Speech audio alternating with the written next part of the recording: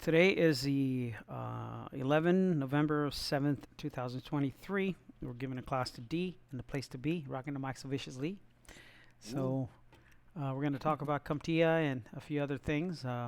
Hopefully this CAD class will be over on the CompTIA side crap, which is a waste of time, useless information like I said before, and I keep saying it every time. So let's go on where we left off. I believe we left off in motherboards or memory, something like that. I have it right here, CompTIA. The board is the chipset. Okay, so it's talking about the chipset on the motherboard. I remember that. The memory, we talked about the memory already, so let's talk about the chipset. Let's go back here. The processor. Level 2 cache is larger than level 1 cache, but it's not as fast as level 1 cache.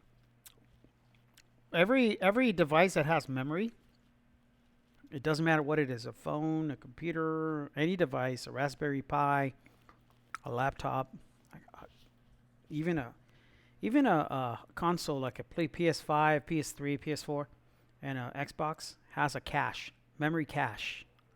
Okay, that it's embedded memory either on the CPU, the GPU, or the memory itself that stores it and buffers it and makes the software run. Like when you're loading a game and you see that it's loading, it's because it's caching the memory or the information off the memory on the CPU, GPU, or memory. So that's very, very common.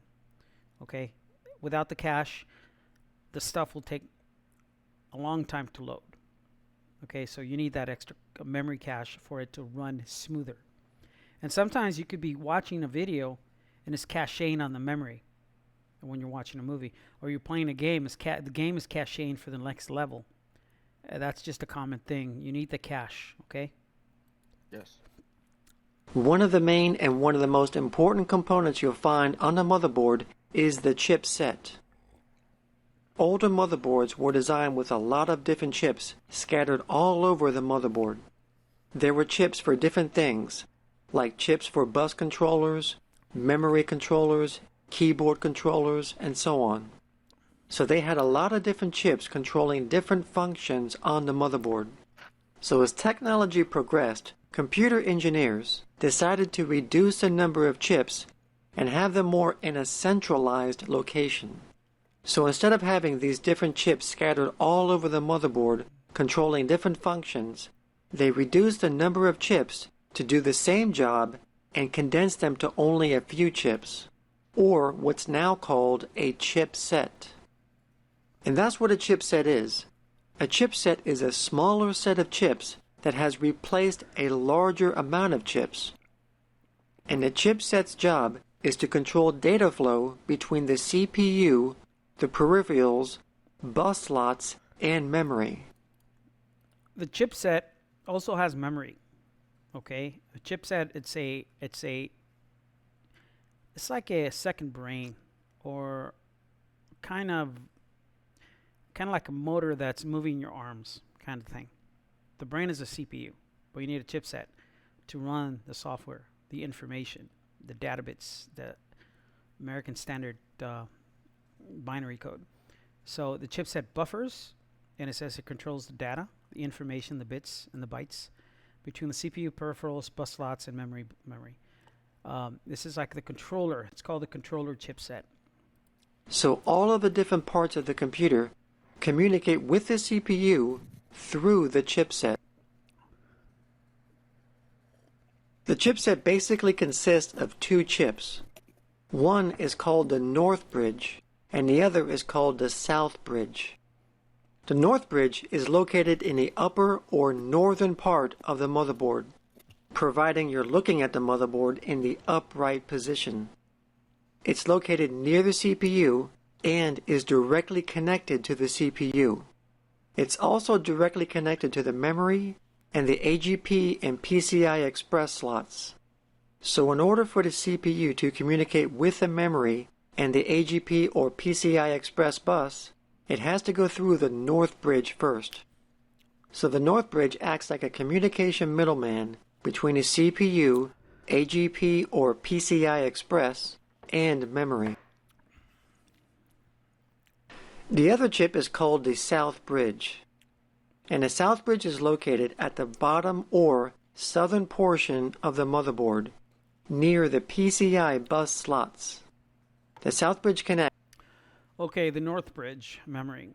Uh, it controls or helps for the load on the CPU, helps for the load on the memory, and the AGP, the PCI Express, the PCIe Express, PCI AGP, and all the slots below on the motherboard. It's kind of like a controller. That's why it's called a controller, a chipset controller.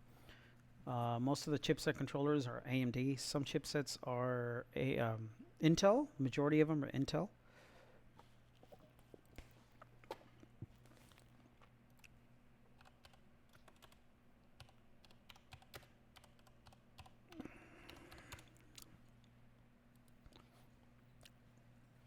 Like this. See this? See this next to the CPU right there? See this one right there? This is the South Bridge or North Bridge. Which chipset is this? So the one to the right, I'm just saying. No, this is the CPU. The right one is the CPU. The right. chipset on the left. What is that? Mhm. The South or a North That's the chipset? north. That's correct. Good job. Paying attention. Yes, Okay. sir. See, that's another chipset right there. See this right here? Yes. Okay. Sometimes motherboards, when you have a bad chipset, it doesn't go to BIOS. Sometimes the chipset overheat and they separate from the motherboard. So reballing a chipset. See, these are there's a reballing. But let me see, reflow or reballing, whatever. But yeah, see, that's how you reball a chipset. You could buy the chipsets. They sell the chipsets. Sometimes there could be NVIDIA. Some you see AMD chipset right there. See that? AMD chipset. It's not a processor. It's a chipset. Okay. Mhm. So it's different. It's different. It looks like a processor, but it's not a processor. Okay. But yeah, that's what negotiates the peripherals from the computer to the CPU, and the chipset negotiates connection to the CPU and the memory and the upper modules on the computer. That's why it's called North Ridge. Okay, and there's the South Bridge right now. Next to the PCI bus slots, SATA and IDE connectors, and USB ports. So the South Bridge is responsible for the lower portion of the motherboard, while the North Bridge is responsible for the upper portion. Okay, it's connecting to the hard drives. It's more for the hard drives and the USBs and the PCIe, not the PCI Express. PCI Express different. There's no PCI anymore. I think that's obsolete technology. I think some older computers have a PCI slot. That's the white one. Now, overall, they have just 4 or 2 or 3 of the PCI Express. No AGP. AGP is done for. So it's just PCI. So the South Bridge just connects to the USB and the SATA. That's it, as of today's technology. It doesn't use the IDE because there's no IDE ribbon cables anymore. There's no IDE hard drives. They don't make them anymore. They're obsolete, kind of VHS. I don't think nobody's making VHSs anymore, right? No. I don't think they're making DVDs either, right? Or they still make DVDs?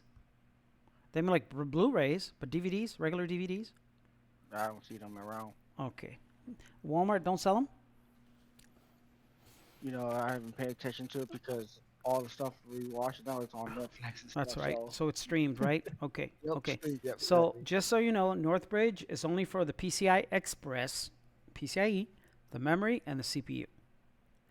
For the South Bridge is USB 1 to USB 2, USB 3, USB Type-C, and all the SATA connectors.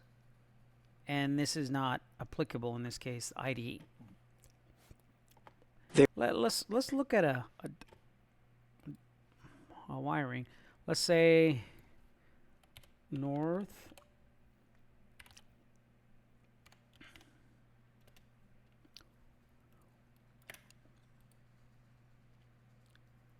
Yeah, see, North Ridge.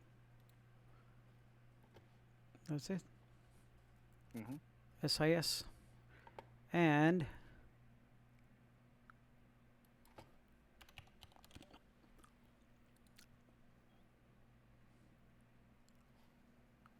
see, it's on the side, right? It's not in the center. Let me see if I see it. This is probably the north bridge right here. The south Okay. bridge. Sometimes they're both in the same location. But let's say, see it's burnt. See the way it burns? The north ridge? Yeah. So yeah. Let me see this So one. how often do you think people will replace that? No, you don't replace it. Done. At all? Yeah. Done. Okay, right here. See right here? North ridge. Right here, next to the CPU and the PCI Express and the memory. See this? This is AGP, so this is done. These Yeah, two right here, and this, and this. This is for all this stuff right here. Jumpers, RAID, CMOS, all this stuff. So there you are, my brother. There is no direct connection between the CPU and the lower portion of the motherboard. So if the PCI Sometimes, if you have a failed Northridge, let's say you put a CPU, it's never going to work on the motherboard because the Northridge chipset is probably fried, right? And you could install different CPUs and it's still not going to post to that. But let's say the Northridge is fine. It's going to boot. The PCI Express for the video card's going to work. The memory's going to work. The CPU is going to work. Everything's fine. But when you start connecting like USBs and SATA hard drives and stuff, then this chipset is dead. And it doesn't connect to the hard drives. It doesn't connect. SATA's for the hard drives. USBs for any USB peripherals. So you could still have a working computer, but you cannot connect any memory, any hard drive peripherals or any USB mass storage peripherals. Okay. USB, IDE, or SATA ports needed to communicate with the CPU, the information has to go through the south bridge, and then up through the north bridge, and then to the CPU. So these don't connect to that as you see it, and the south bridge connects directly to like a sister chipset, right, kind of thing, right? This is the brother chips. The father is a CPU, right? The father's, so you know, this is easy.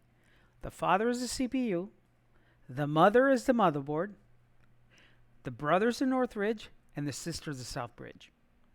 Okay? Did you get it? Yes. Tell me again. Yep. So this Who's is the father? Who's the father? CPU, Okay, who's the mother? motherboard, Okay, who's the sister? South Bridge, Who's the brother? North Bridge. There you are. The north bridge is faster than the south bridge, and that's because the CPU, the PCIe, AGP, and memory are the most used and most important components of the motherboard, so they need to operate at the highest speeds possible.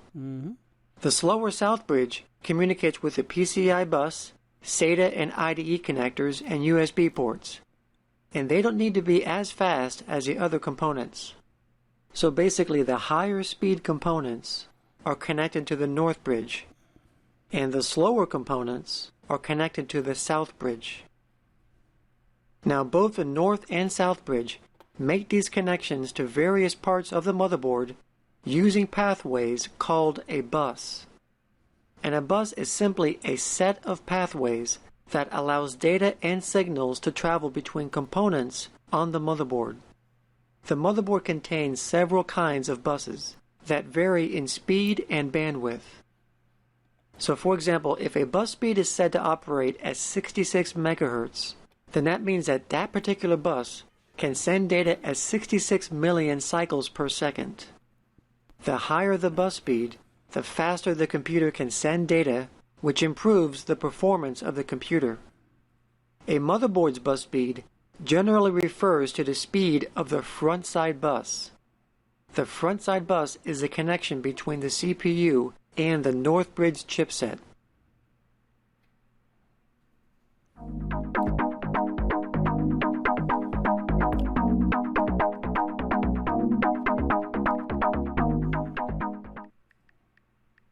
All motherboards are equipped with input-output bus slots.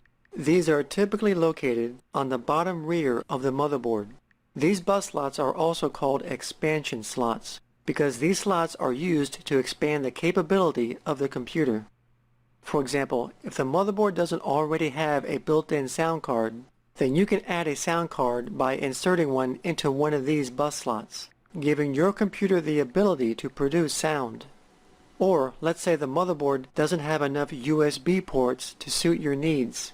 Well, then you can add a USB expansion card in one of the bus slots to add more USB ports. Wait. A modern bus type today is called PCI, which stands for Peripheral Component Interconnect. PCI has been around since 1993 and was a standard bus slot for modern motherboards until PCI Express came out, which we'll talk about shortly. PCI slots are much faster compared to ISA slots, with a data path of 32 or 64 bits, with speeds ranging from 133 to 533 megabytes per second. They are also about half the physical size and length of the ISA slot. Yeah, ISA. That makes As sense. computers got faster, a lot of people were using their computers for higher-end graphics applications such as gaming. And as computers became more graphically oriented, the PCI slot was lagging behind in delivering computer graphics data. For this purpose, the AGP slot was developed. AGP stands for Accelerated Graphics Port, and it was created to assist in accelerating 3D computer graphics. One of the main reasons why AGP is faster than PCI is because AGP has its own dedicated pathway to the processor, unlike PCI. The AGP port is only used for a video card and is usually a brown color. Yeah. They don't make them anymore. PCI Express is the latest version of bus slots. It's faster than its predecessor, with speeds up to 4 gigabytes per second. And unlike standard PCI, which transfers data in parallel, PCI Express transfers data in serial. Transferring data in serial is much faster than parallel, because serial data is transferred in packets. PCI Express was designed to succeed all other PCI bus slots and AGP. And it is not backward compatible with standard PCI because the architecture is very different. Not backwards compatible. There are 4 different slot sizes in PCI Express. There's PCI Express by 1, Yeah. 4, 8, And, and 16. PCIe by 1 has 1 lane for data. A lane has 4 wires. 2 are for sending and 2 are for receiving. PCIe by 4 has 4 lanes. PCIe by 8 has 8 lanes. And the fastest slot is PCIe by 16, which has 16 lanes. And PCIe by 16 has succeeded the AGP slot for the video card. Yep. And there is also the PCI-X slot, where the X stands for extended. The PCI-X slot is basically an extension of the old standard PCI slot, and it's almost twice the length of a standard PCI slot. The PCI-X is a 64-bit bus, and it is backwards compatible with the standard PCI slot. Right. It was mainly designed to work with servers and high-speed computers. And there is also the mini PCI slot, and this is what is used in laptops. It's approximately 1/4 the length of a standard PCI slot. The mini PCI slot is a subset of the standard PCI bus, but it's a lot smaller. Now you can insert a regular PCI card into a mini PCI slot, but you would have Mini PCI slot. Let's see that. Mini PCI. Okay. It's for either a hard drive, right? Or also for like wireless adapters like this. This is a Wi-Fi adapter. You see that? Yes. So this is the adapters, the antennas, the red and the white. The white and the black. And Like that one goes you in the. pull out the other. Yeah, that's for the Wi-Fi. Some of the Wi-Fi's have. This is a hard drive right here. No, this is actually a tri-band PCI Express W2 antennas. actually 3 antennas.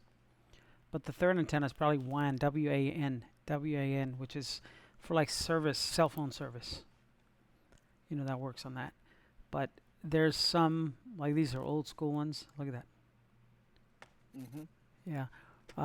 Some of these PCI Express or mini PCI or mini PCI Express, they're either a hard drive or wireless adapter, or it could be a Bluetooth adapter. And some of the laptops have the Bluetooth and Wi-Fi and Bluetooth. See? Wi-Fi and Bluetooth in one. See this? See this right here? Wireless network adapter and Bluetooth. Has both. Okay? It's like that one you pulled out on Saturday. Yeah, that old laptop that I On threw, the, that was wet. Yeah, Mhm. that's a PCI. Yeah, correct. So, yeah. I see this is an older one, but yeah, PCI Express. Before it was just a PCI. It's a PCIe, mini PCIe. It's PCI Express. Okay? Yes. And you could put hard drives into the same adapter. You could put Bluetooth adapters by itself. You could put like Wi-Fi adapter into it. Anything that's PCI Express compatible and compliant. Okay? You could also put a MSATA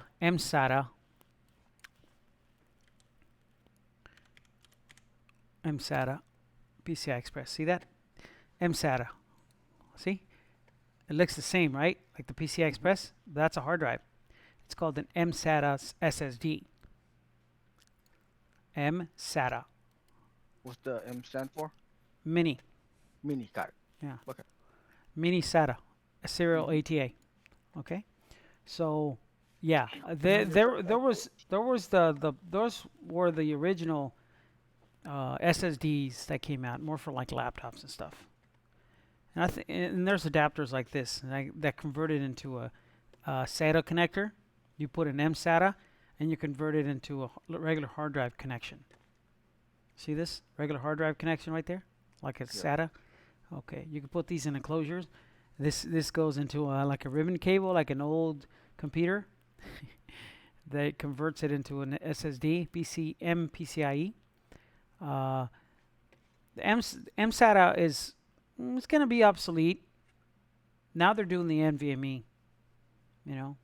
Like this adapter is more for MSATA. See this 1, 2, 3, 4, and it has for the other one. This is different sizes, right? Yes. 2230, 4260, and to 2280. Those are the sizes. But yeah, I have hard drives like this. I have one like this that's 1 terabyte, and they're kind of slower than the NVMe. So yeah, You might get the quicker one, right? yeah.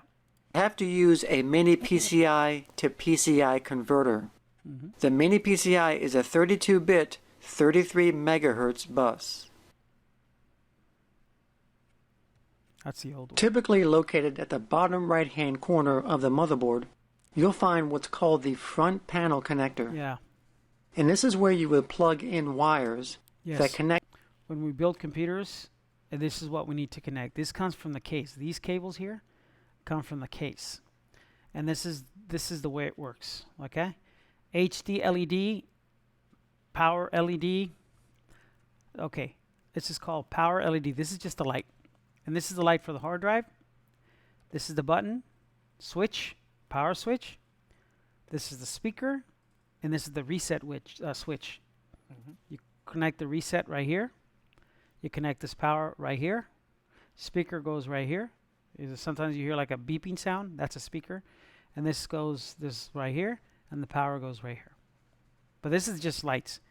The only one that's important here, honestly, like if you want to do a quick like test on a computer, is this one, the power one. Power switch. Yeah. Or you could just bridge these two with a pen. You could turn it on with a screwdriver. Just touch it like real quick. The computer will start. But you touch them together. This will make the computer boot if you touch these two together. That's what a power button does. It touches two wires together and then turns on. It doesn't stay connected. It just touches it for one time. You press the button. That's why the button on the power switch is not a button that stays in. Just springs in. You spring it. Like momentary, pretty much. Yeah, it is not. It's not It's like a not power meant to drill. stay. It's kind of like a power drill kind of power connector. It doesn't stay one like a light switch. Then that stays in one location. It Right. bridges the power to let the light turn on. But if you use a computer, you could buy a computer power button. They sell that. External. It's called external PC power. Let me show you. I like this one. This one right here. See this one? This is Yes, cool. it You is could cool. have this connection on your desk. Okay? Oh, I see. Rather than reaching down there and turning it Yeah, on. or this one if you want this one here. If you want to like be fancy. Right here. Dang. That thing's like It's what? a power button. Oh, wait, Yeah. okay. See, this is another power button right here. See? All you need is these cables connect to this. This gives it a light and everything. Instead of using, let's say if your case, the power button is damaged, you can't use the power button anymore on your case, then you buy one of these.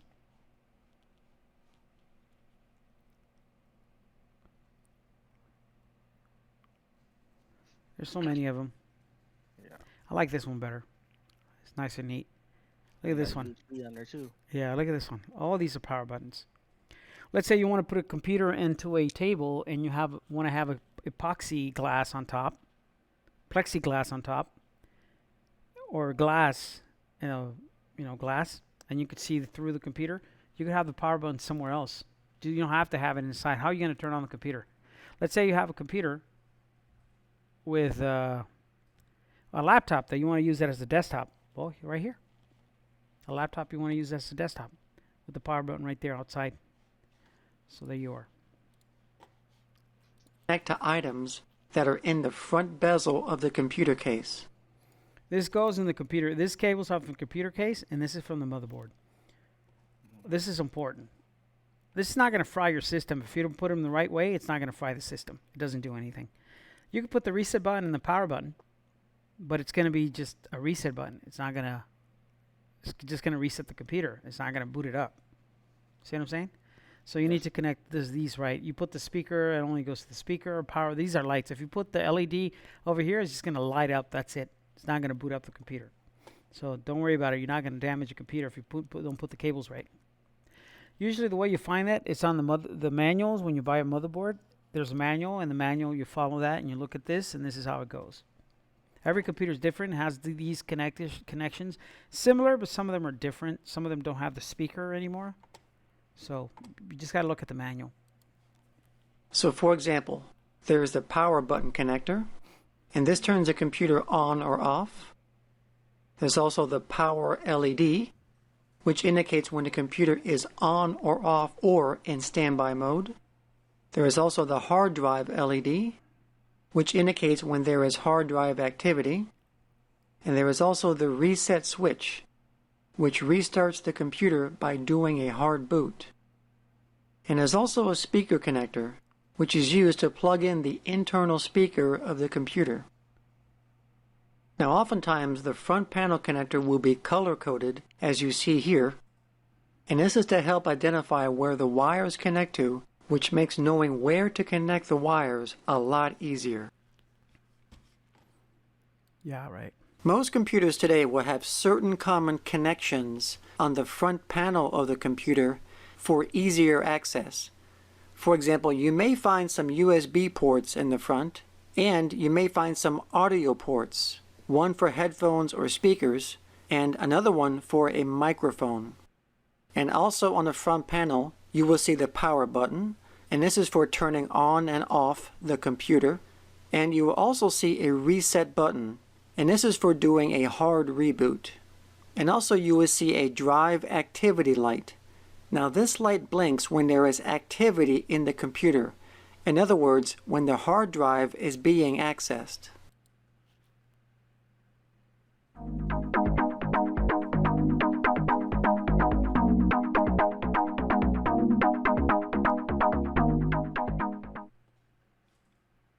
BIOS stands for Basic Input Output System. The BIOS is software that is built into the motherboard that initializes the computer's peripherals as the computer is being booted. Some of these peripherals include the keyboard, mouse, video card, optical drives, and so on. And after it initializes the peripherals, it then searches for a boot device, like an optical drive or a hard drive, to boot software or to boot an operating system. The BIOS software is stored on the BIOS chip on the motherboard. The BIOS chip is non-volatile, which means that the software and settings are retained even after the power is turned off. On modern computers, the BIOS is stored on flash memory chips, which makes the BIOS capable of being updated using a special program. Some popular vendors of BIOS software are American Megatrends and Phoenix Technologies. Classic. After a computer is turned off, and if the power cable is unplugged, the computer needs... Let me show you different BIOSes. There's the Dell BIOSes, there's the HP BIOSes.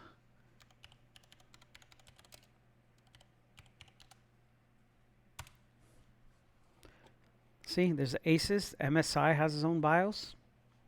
See that? Yeah. Okay, this is an old school Phoenix BIOS.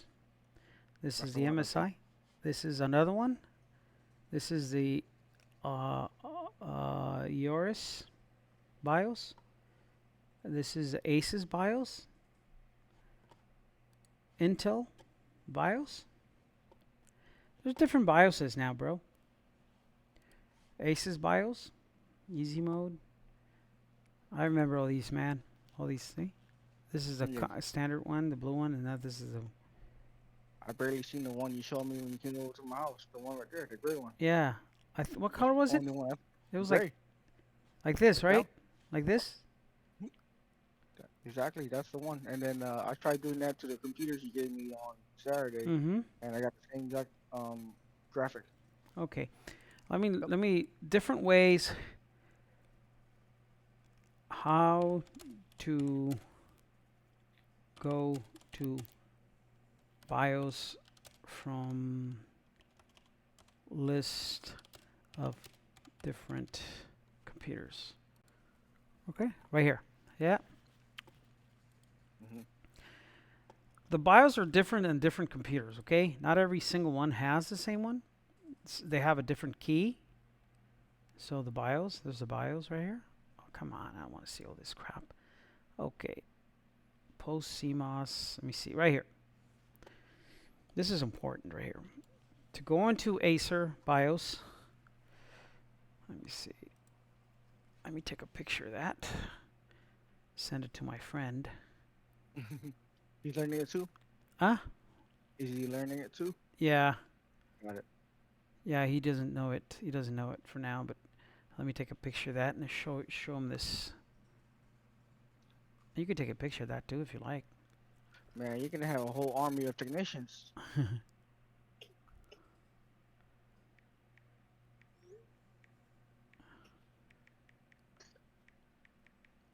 You okay, Boba? So there you are. So I sent him. So Acer is F2 and delete, right? Okay, delete is to go to the boot, and F2 is to go to the BIOS. Aces F2, and it's not delete, it's more like F8. Now it's F8, okay, for Aces. Let's check it out. Aces boot menu. Check it out. Escape, see this right here? Escape and F8. Okay. Yes. They always change, dude. They always change. Like right here, see this? Laptop F8. Asus motherboard, netbook, escape, compact F9, and Dell is like this one. These are different ones. See? Yes. Let's see that. So this is a good one to have. Let me take a picture of that and send it to this bastard.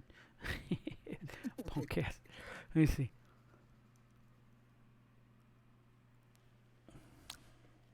Take a picture of that because that's important. Yes, I just took a picture. Yeah. That gives you everything, bro. And then maybe I could just scroll through that website or something, see if I can pick up more stuff. Yeah, it's called let Hot keys for a boot. me take a picture of this thing again.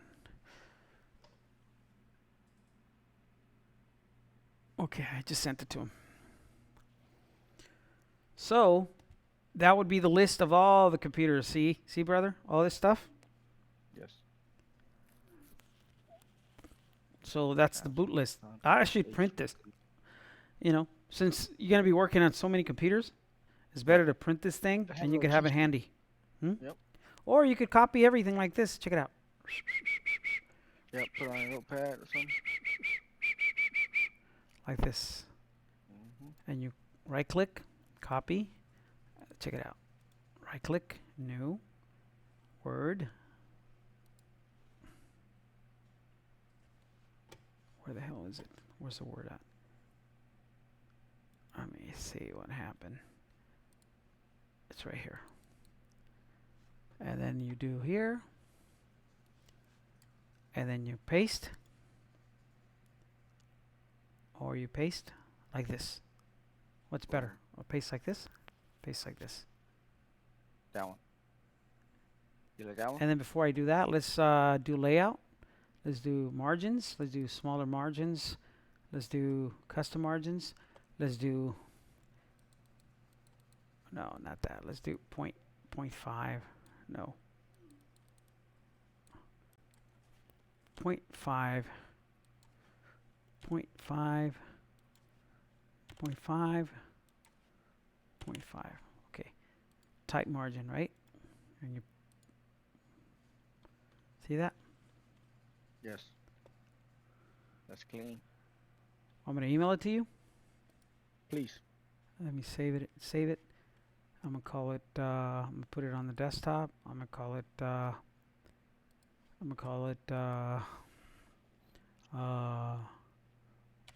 BIOS and boot fun keys.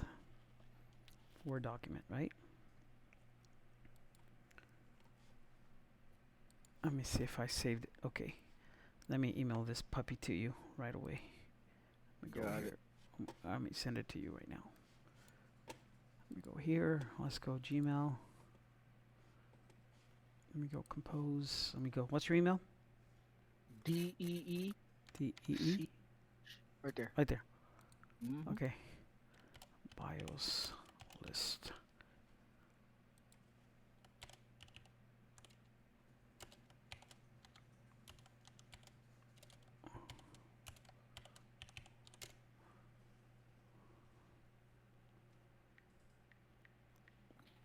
Is your email.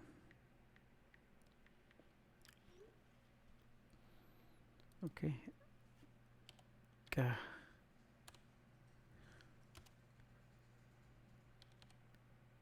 me see if I. Chris.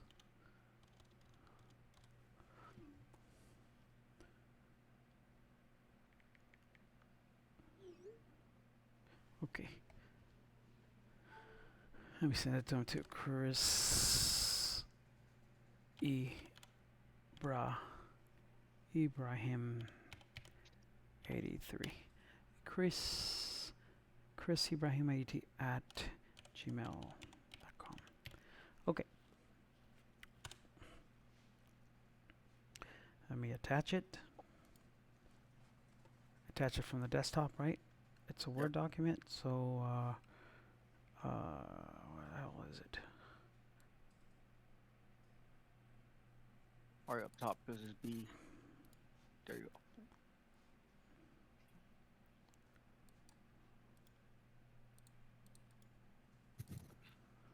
Okay, I just sent it to him. Sent it to you too. Got it. I'll check it later. It's very important for you to learn that. Absolutely.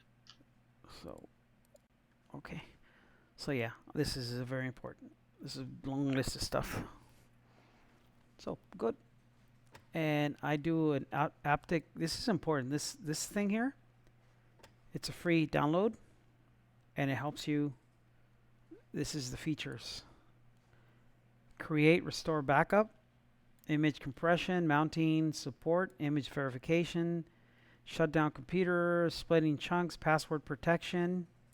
Like you hacks into the system, you could convert it into different FAT systems. I mean, it has a lot of features, bro. I recommend this. You could download this. This is a active disk image. Let's go see. Let's go to look at a video.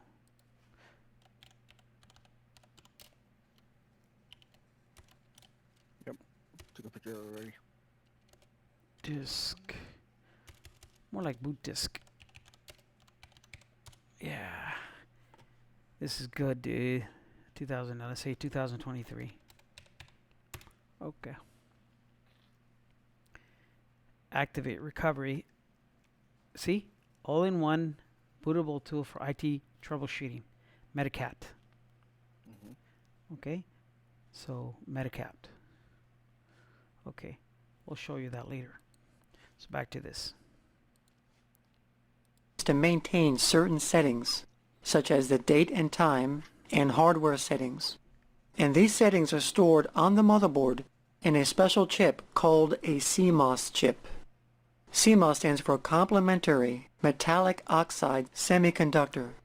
And in order for the CMOS chip to maintain these settings, it needs a battery. This battery is called the CMOS battery. The CMOS battery is a small button cell battery which can be seen on the surface of the motherboard and is usually located on the bottom right-hand corner. The CMOS battery is basically the same type that is typically used in wristwatches. When you turn on a computer, the computer does what's called a power-on self-test, or POST, that is run by the BIOS. It tests the computer to make sure all the requirements are met and the hardware is working correctly before continuing. And after POST has passed, the BIOS searches for something to boot from, such as an operating system, which is typically loaded on the hard drive. But the computer doesn't necessarily have to boot to an operating system. It can also boot from other things, such as a CD or DVD disc, floppy disk, or USB flash drive, just as long as those things have the necessary boot files on them. And how the BIOS determines which device to boot from depends on the boot order in the CMOS settings. Yep. And in the CMOS settings, you can make changes in the priority boot sequence. So for example, if the CD or DVD drive is set as the first boot device, then the BIOS would check that first and look for software to boot from. And if it doesn't find anything, it will move on to the second device on the list and check that next. And it will continue down the list until it finds something to boot from. Right. Mm-hmm. Yeah, Windows XP. That thing's old. Yeah. I told you this. I don't see that no more. But you can change the boot priority in CMOS in any order you choose. Mm-hmm. And once you make the change, you just save the settings, and the next time you reboot the computer, the settings will take effect. Now there are certain things you can do while you're in the BIOS. For example, you can set the date and time. The date and time should be accurate because the operating system does reference it. Other things you can do in the BIOS is enable or disable certain devices. For example, if your motherboard has a built-in video, network, or sound card, you can disable these devices in the BIOS to save resources if you're not using them. But you really only want to disable these if your motherboard already has the adapter cards installed on the motherboard that already give you these capabilities. The BIOS also allows you to modify the CPU clock speed by either increasing the clock speed to make the computer run faster, which as a result will increase the temperature, or by reducing the clock speed, which will make the computer run slower but will lower the temperature of the CPU. Now this could be especially useful if your computer is having overheating issues. First of all, you don't want to overclock nothing. Mm-hmm. I don't recommend overclocking your gaming PC or anybody because you're going to reduce the lifespan on the PCU. Sorry, the CPU. Right. Yeah. And that's why we got that heat, right? Yeah, and you could also overclock the video card, the GPU.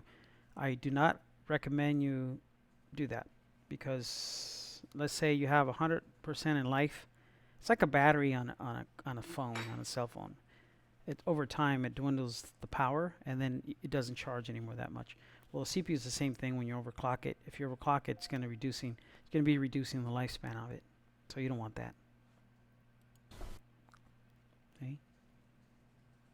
And speaking of temperature, the BIOS can also monitor the temperature of the CPU. The BIOS has a built-in safety mechanism that if the CPU reaches a certain temperature threshold, it will automatically shut down the computer. Or if it detects that the CPU fan is not spinning, it'll also shut down the computer to prevent damage to the CPU from overheating. But these temperature thresholds can be modified in the BIOS if you want to by either increasing or decreasing the temperature threshold. So you always base it on Celsius, but I usually do Fahrenheit, okay? So Celsius to Fahrenheit. Let's say it's at 60, right? 60? 60. Let's say 60. Oh man, that's heavy duty. See that? 140 degrees. Mm-hmm. That's kind of high right there. I usually like from 50 to 70, the max. Okay? Yes. So, yeah. I don't like, this is too hot right there. 60 is too hot. And in the BIOS, you can also modify the fan speeds of the computer. And you can also enable or disable virtualization in the BIOS. Virtualization is to run VMware or programs like that, right?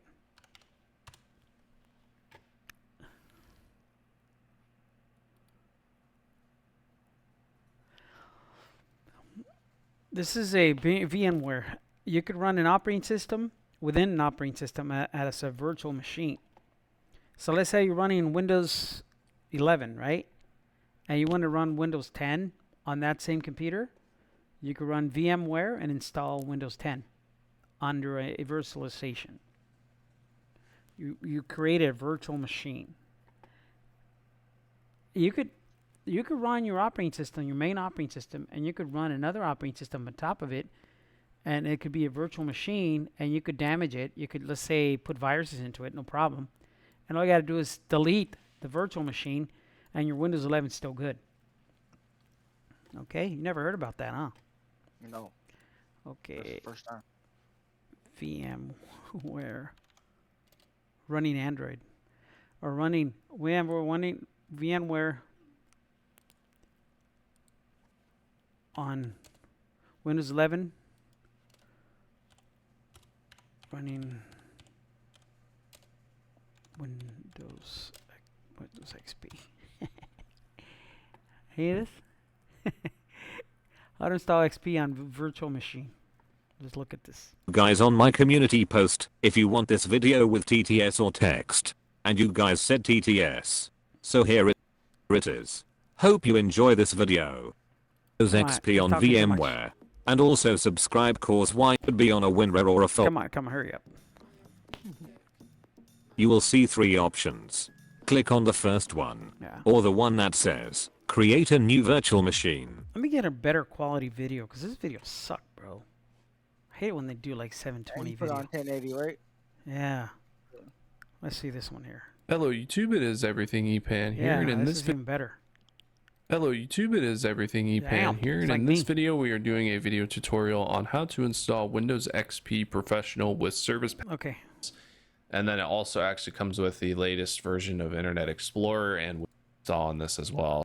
And then I it said will first you need the ISO, right? The Windows 11, Windows 7 XP ISO. He's telling you where to get it from here, right? Windows XP Professional activated with Internet Explorer, whatever, and it's telling you how to download it.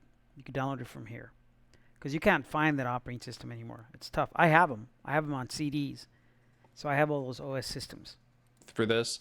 And then it also, So let's say he tells you to download it. get You download VMware it. opened up here. Okay, right here. Install. Okay. Once you've got those files installed there and downloaded, go ahead and get VMware open. See, he's got different Windows 98, Windows 2000, Windows ME, XP, Vista, 7, 8, 8, 8, 8, 10, 8, 10, and Ubuntu, and 11, and Mint, and all these, even Windows, Mac OS 12, even Mac.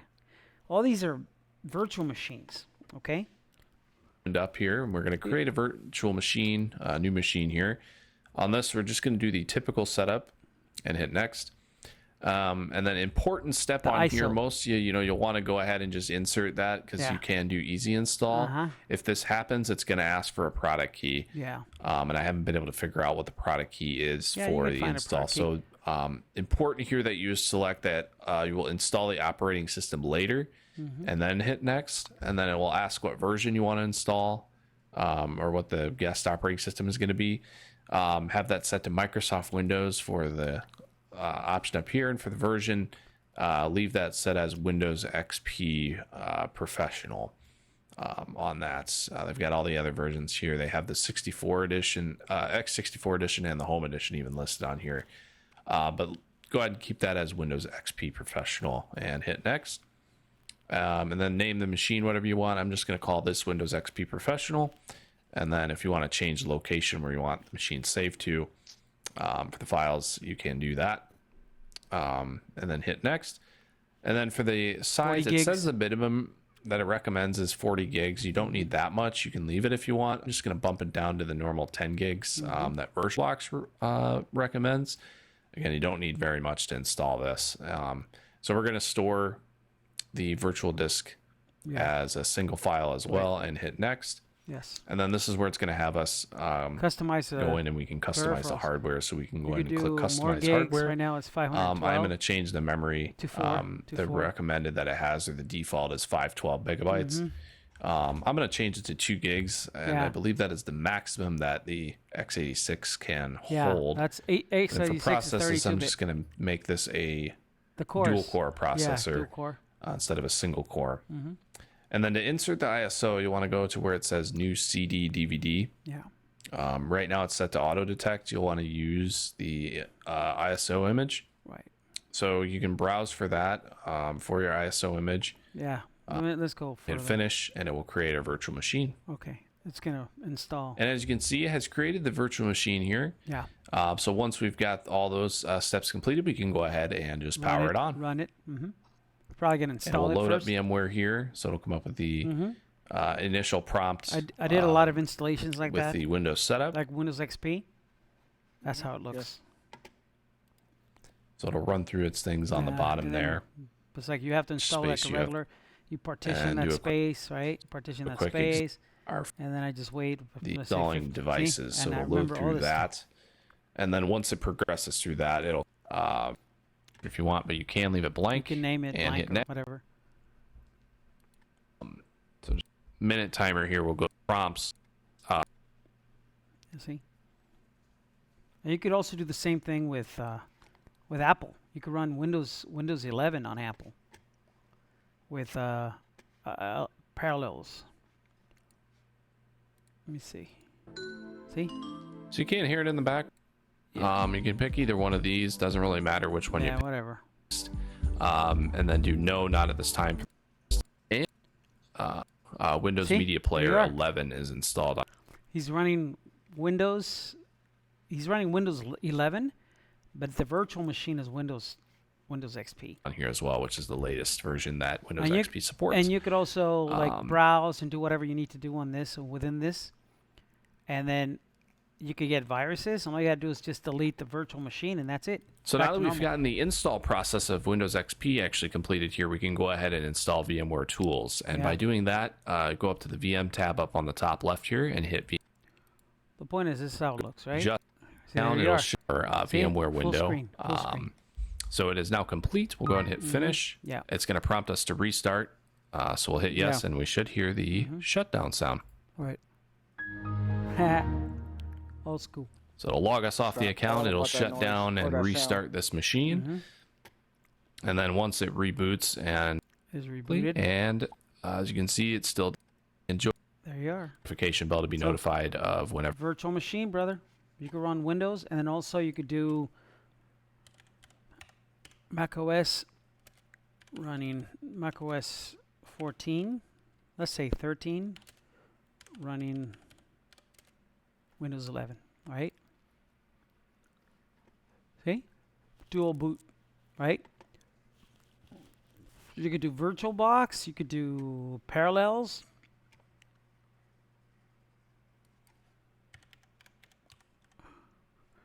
Parallel to Windows 11, that's another software.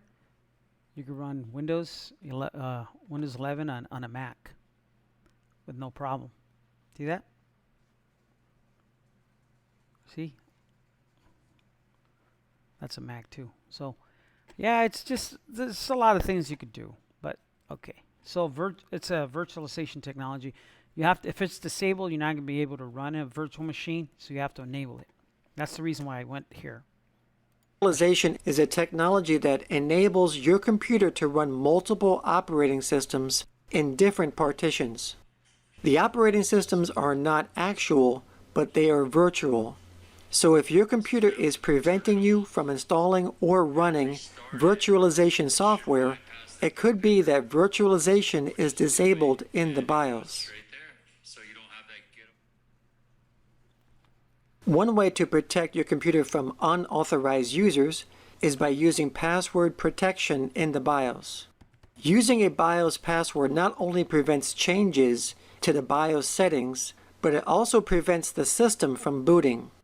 Yeah. A user cannot boot the computer or make any You never want to install a password on the BIOS, because if you forget it, you're not going to be able to go to the boot sector or the BIOS or anything, because you need a password. That computer is useless. If it's a laptop, it doesn't have a reset button, or doesn't have a reset jumper. Some computers do, but some laptops don't. Desktops usually have a jumper that you could reset the passwords by jumping, kind of like a CMOS or a BIOS jumper, that you could reset the BIOS, but it has a password reset button too. But I don't recommend you putting a password. It's called PSRST.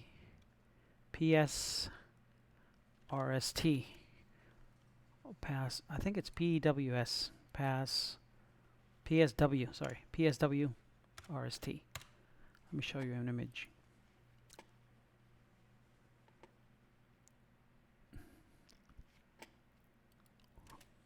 Jumper.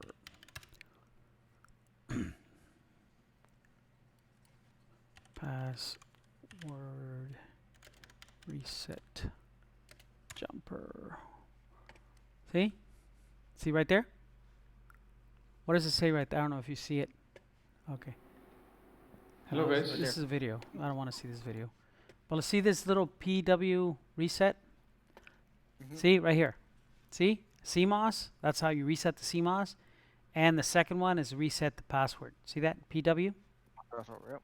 Okay, right here. The password and the CMOS right there. Password. See, PSWR. See? Yeah, that's how you reset the password that somebody put on the BIOS. See? You close the session. So what? You close the session. I close the session. Or Log in something there wrong. again. Yep. Log in and There you in. go. Boom. Okay. Probably gives you like an hour or 30 minutes or whatever. Or your connection's pretty bad. Check it out. I think There you are, right there. See that? That's the reset the BIOS, but you could also reset the passwords. See? Control TC. Sometimes the passwords are Control TC or LP1, LPT1. That's another one. LPT1, BAT1, JBOT. That's another one. JBOT1. You know, it's just different names, you know. That's a CMOS. But see, JBOT1 right there. If it doesn't say CMOS, it says JBOT. That's how you reset the BIOS. Right there, see that? Mm-hmm. See it. Okay. So if you want to, hey, reset the BIOS. Oh, there's no jumper. Look in there. Oh, JBOT. Oh, that's the one. Or reset CMOS or CMOS or BIOS, or it has different. Like this one has JBOT. See that? Mm-hmm. Normal. Clear CMOS. See that? 2 and 3. Right now is at 2 and 3 right now, so it's cleared. 1 is right here. 2, 3. So it's in 2 and 3. Normal is supposed to go over here, but it's on the other one. So that's how you reset the BIOS, dog. Look at this. Right there. Some computers don't have that jumper. Some computers have a BIOS reset button. Sometimes they have a button. See? Sometimes they have a button on the side. Right there. See that? Update BIOS or reset button right there. Flashback. Yes. Mm-hmm. This is how you flashback it, and this is how you reset the BIOS right there. See? That's a button right there. CMOS, clear CMOS right there. See that? Or you do it the old way of doing it, like this. Or you do the button right there. CMOS. See that? Yes. See, there's another one right here too. See that? Different. There's different ways. You have to like do some research. See? Sometimes you take out the battery. This is how you reset it sometimes. See that? When you don't have a reset CMOS, you take out the battery. And that's how it resets it. So, I mean, there's a lot of ways of doing this, brother. It's just, right there. Clear CMOS. Clear CMOS. See, there's another jumper. See this little jumper right here in the corner? These two? Right Yes. there. Oh, right here. Actually, right here. See? Clear TC. Clear TC, JBOT. It's just different names, dude. Confusing as hell. But you're going to see right here. See, that's another one here. It doesn't even, it's just a button. So, just got to do the research, man. When you're trying to reset something, that's how you do it. Or sometimes you touch these together or you separate them. It's another way of doing it. Separating these two. Or touching both. Like this. They put a cent, 10 cents. That's another one here. CMOS. That's another button right there. Well, this is the power. Right here. Right, these two, JBOT. See that? Okay, enough. I know you're sick of that. But you have to Any know. changes in the BIOS without the BIOS password. When you turn on a computer, the computer does what's called a power on self test or post. It tests the computer to make sure all the requirements are met and that the hardware is working correctly before starting the operating system. If the computer passes the test, the internal speaker will make a short single beep, which indicates that the computer has passed the test and is booting up normally. However, if there's no beep or if there are multiple beeps, then that means that the computer has failed the test and something is wrong, and the computer needs further troubleshooting to find out what the problem is. Now, whether there are no beeps or multiple beeps, the computer will generate this beep code to help you pinpoint the problem. For example, if the computer generates 3 long beeps, then that could indicate a keyboard error. Oh, keyboard. Or if the computer generates a continuous short beep, then that could indicate a problem with a memory module. Whatever BIOS is installed on a computer's motherboard, you can always refer to the manufacturer's documentation to find a list of beep codes and what they mean. Some BIOS systems have an intrusion detection feature. Yeah. Now this feature detects if the computer case has been opened and alerts the user. Yeah.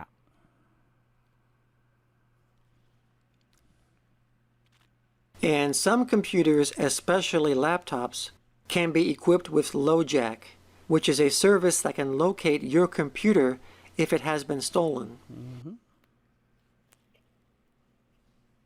A newer type of BIOS is called UEFI. Yeah. UEFI stands for Unified Extensible Firmware Interface. Yep. Now, most, if not all, new motherboards are shipped with this newer type of BIOS. UEFI. UEFI has several advantages over the old BIOS. And the first and most obvious, just by looking at it, is that it has a user-friendly graphical user interface that supports different colors and even animations. Right. Whereas the old BIOS has your typical blue screen that resembles the Windows blue screen of death. UEFI can also recognize larger hard drives, and you can even use a mouse while you're in the UEFI interface as compared to the old BIOS where mouse support was not even available, and you had to use your keyboard only. And UEFI also has a built-in feature called Secure Boot. Yeah, And Secure That's Boot the one I talked about. stops any digitally unsigned drivers from loading, and it helps to stop malicious software such as rootkits.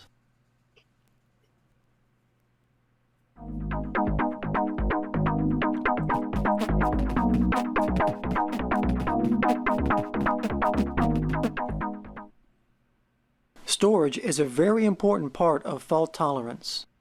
If something were to happen to a company's data, such as a disk failure that results in data loss, then that could have a serious impact on how the company performs.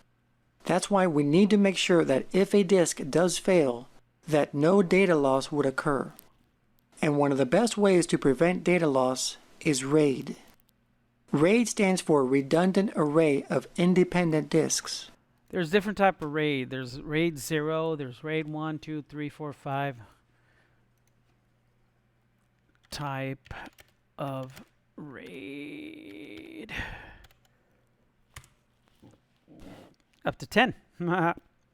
So, my mirrored disks, RAID 3, strip set to dedicated priority, RAID 5, strip disk with distributed priority, and 1 to 10, mirrored subnet. Personally, I don't like RAID. Personally. Because if RAID, let's say you have 5 hard drives.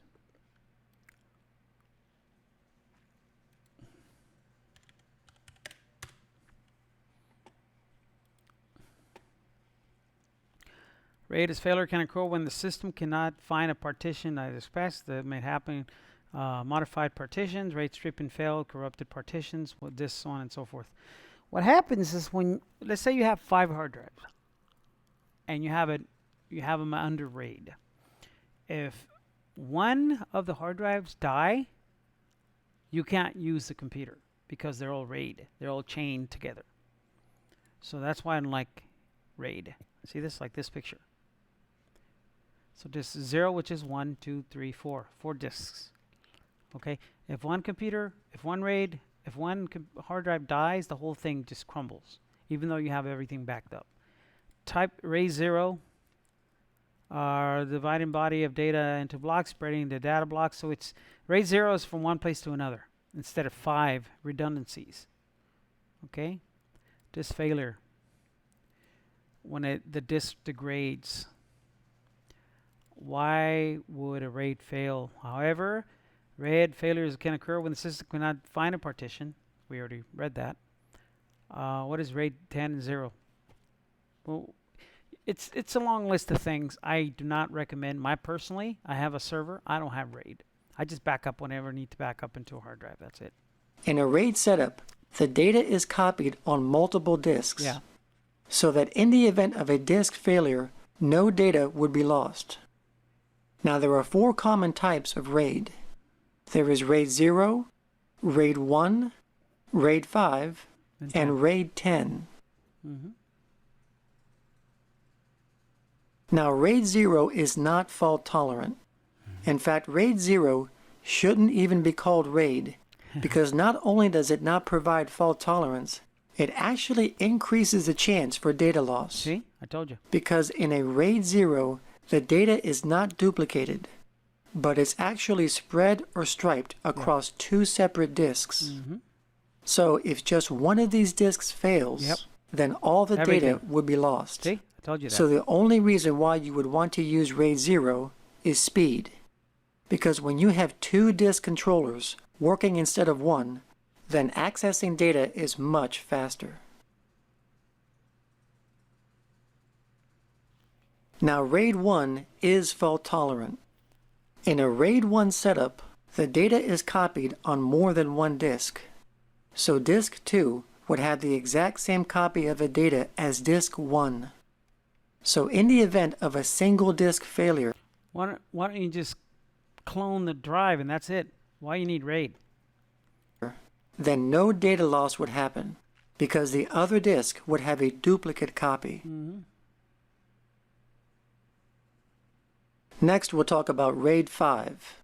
In order to use RAID 5, you need to have 3 or more disks. RAID 5 is probably the most common setup that is used because it's fast and it can store a large amount of data. So in a RAID 5 setup, data is not duplicated, but it's striped or spread across multiple disks. And in addition to the data, there is another very important piece of information that is being evenly spread across all the disks. And this information is called parity. And parity is used to rebuild the data in the event of a disk failure. But there is a downside to RAID 5, because since the equivalent of an entire disk is used to store parity, it reduces the collective amount of data that can be stored in this array. Yeah, you lose data. You lose So for storage. example, if all 4 of these disks were 1 terabyte each, that totals 4 terabytes. But in a RAID 5 setup, the total amount that would be used for data storage 3. would be 3 terabytes, because the equivalent of 1 entire disk would be used to store parity. Yeah. Now we have to talk about RAID 10. And RAID 10 is basically what the name says. It's combining RAID 1 and RAID 0 together. And you need to use a minimum of 4 disks. So in a RAID 10 setup, a set of 2 disks are mirrored using a RAID 1 setup.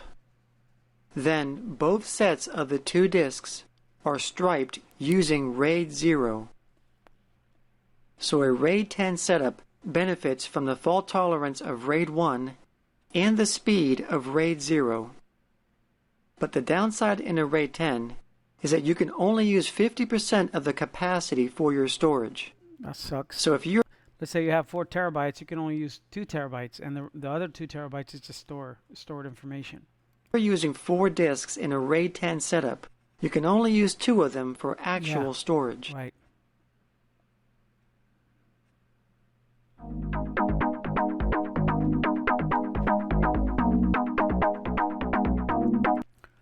I'm going to show you about this. Saturday, I'm going to teach you how to make cables. Okay. Okay? So let's talk about this last thing, and then we'll go from there. Now this is the RJ11 connector, and RJ stands for Telephone. register jack. Yeah. And this is a 4-wire connector used mainly to connect Yeah. telephone equipment. Telephone. But as far as networking, the RJ11 is used to connect computers to local area networks through the computer's modem. RJ45. The RJ11 locks itself into place by a hinged locking tab, and it resembles the RJ45, but it's a little bit smaller. Right. Now the RJ45 is by far the most common network connector. Connect modems. Back in the day, we used modems with telephone cable. That's how you used to get the data, like a dial-up kind of thing, but it was slow. This is an 8-wire connector Yeah. used to connect computers to local area networks. RJ45. And like the RJ11, it also locks itself into place by a hinged locking tab, and it also resembles the RJ11, Yeah, it but looks- it's a little bit bigger. larger. RJ11 is a telephone wire cable jacket, and the RJ45 is like a bigger The one. BNC connector is a common type of RF connector Yeah, like that video. is used on coaxial cable. Yeah. Yeah. BNC stands for Bayonet Neil Conselman. and it is used for both analog and digital video transmissions, Yeah. as well as audio. Yeah, old cameras used to have this kind of connection, you know, like video surveillance cameras. BNC connection. Now this connector is called the F-type. Now this is a threaded connector typically used on coaxial Yeah, cables. yeah. These are primarily used F-type. That's the actual name. F-type connection, but we call it coaxial. by cable providers to attach to cable modems. The F-type hand tightens by an attached nut. Old technology. This is the IEEE 1394 connector, Firewire. and this is also known as firewire. Firewire is recognized by its D shape. This type of connection is becoming more popular on desktops and laptops, and is commonly associated with attaching peripheral devices such as digital cameras and printers rather than being used as network connections. These are also found on many types of video and multimedia devices. Now this is a USB connector.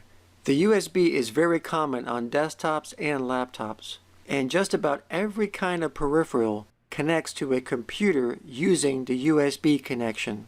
Right. There are also several different types of USB connectors.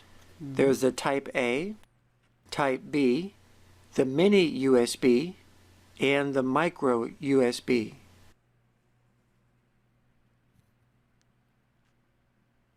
Yeah, I believe we talked about that already. A newer type of interface for Thunderbolt. attaching external peripherals is called Thunderbolt. Thunderbolt is a high-speed technology interface that outputs one serial signal from a combination of PCI Express and the display port. Thunderbolt was released in 2011 and was mainly used in Apple products, and now have become available to PCs. There are 3 different versions of Thunderbolt.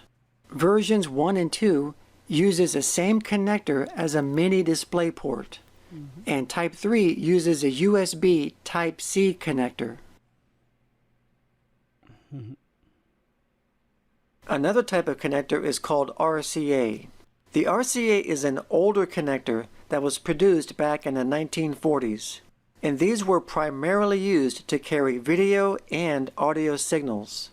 A lot of times you may see RCA connectors in groups of 3, a yellow, a white, and a red, where the white and red are used for audio, such as a left and right speaker, and the yellow would be used for video. Our next fiber optic connector is called the ST, or straight tip. This uses a half-twist bayonet type of lock, and is commonly used with single-mode fiber optic cable. Yeah.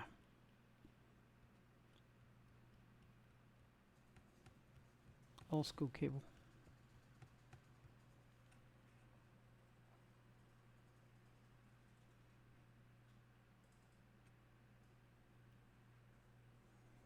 What happened? And our next connector is called the LC, or local connector. And this is also a fiber optic connector. It uses a jack similar to the RJ45. This type of connector is commonly used between floors in a building.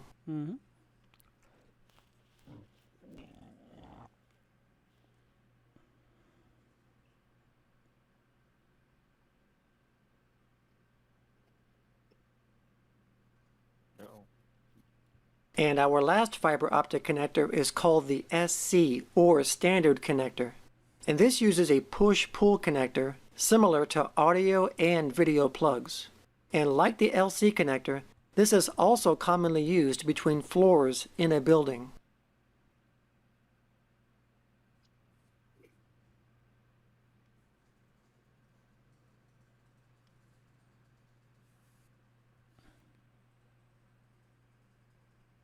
The term plenum refers to a space in a building where there is open air flow circulation, and this is usually between the drop ceiling and the structure ceiling.